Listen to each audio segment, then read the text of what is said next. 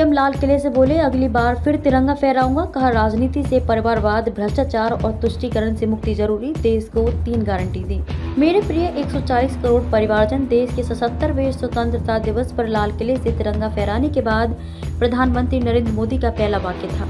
इससे पहले वे मेरे प्यारे देशवासियों के साथ अपनी स्पीच शुरू करते थे। 90 मिनट यानी 1.5 घंटे के भाषण में मोदी ने इस बार मेरे परिवारजन शब्द का 26 बार जिक्र किया। प्रधानमंत्री ने लाल किले पर 10वीं बार झंडा फहराने के बाद अपने संबोधन में देशवासियों को बधाई दी।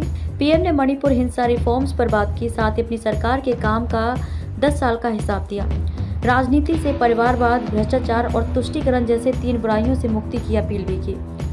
प्रधानमंत्री ने लोगों से आशीर्वाद मांगते हुए कहा कि 2047 में देश जब स्वतंत्रता के 100 साल का जश्न मनाए तो हमारे देश का तिरंगा दुनिया में विकसित देश की पहचान के साथ लहराए। इसके लिए आने वाले 5 साल को उन्होंने महत्वपूर्ण बताया और दावा किया कि लाल किले पर 2024 में वे ही तिरंगा फहराएंगे। मोदी ने देशवासियों को 3 गारंटियां भी दी हैं। पहले 5 साल में भारत को दुनिया की तीसरे सबसे बड़ी आर्थिक शक्ति बनेगा। दूसरे, शहरों में किराए के मकानों में रहने वालों को बैंक लोन में रियायत मिलेगी। तीसरी, देश भर में 25,000 जन औषधि केंद्र खोले जाएंगे। 17 सितंबर को विश्वकर्मा योजना शुरू करने का ऐलान किया। इसके अलावा पीएम ने मणिपुर का 2 बार जिक्र किया। उन्होंने भाषण की शुरुआत में कहा कि मणिपुर में मां बेटियों के सम्मान के साथ खिलवाड़ हुआ, लोगों की जान गई। कुछ दिनों से लगातार शांति की खबरें आ रही हैं। देश मणिपुर के लोगों के साथ है, शांति के प्रयास किए जा रहे हैं।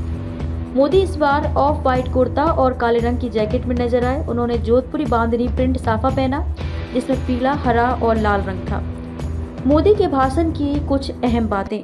140 करोड़ देशवासियों को बधाई दी। इतना बड़ा देश, 140 करोड़ मेरे भाई बहन, मेरे परिवारजन आज आज़ादी का पर्व मना रहे हैं। मैं देश के कोटि कोटि जनों को, देश और दुनिया में भारत को प्यार करने वाले, भारत का सम्मान करने वाले कोटि कोटि जनों के इस महान पर्व की अनेक अनेक शुभकामनाएं देता हूँ। देश की आज़ादी की जंग में जिसने बलिदान दिया, त्याग किया, तपस्या की, मैं उन्हें आदरपूर्वक नमन, उनका अभिनंदन करता हूँ। स्वतंत्रता संग्राम सेनानियों को श्रद्धांजलि दी। आज 15 अगस्त महान क्रांतिकारी श्री अरबिंदो की 150वीं जयंती पूर्ण हो रही है। ये वर्ष स्वामी दयानंद सरस्वती के 150वीं जयंती का वर्ष है। इस बार जब हम 26 जनवरी मनाएंगे वो हमारे गणतंत्र दिवस की 75वीं वर्षगांठ होगी।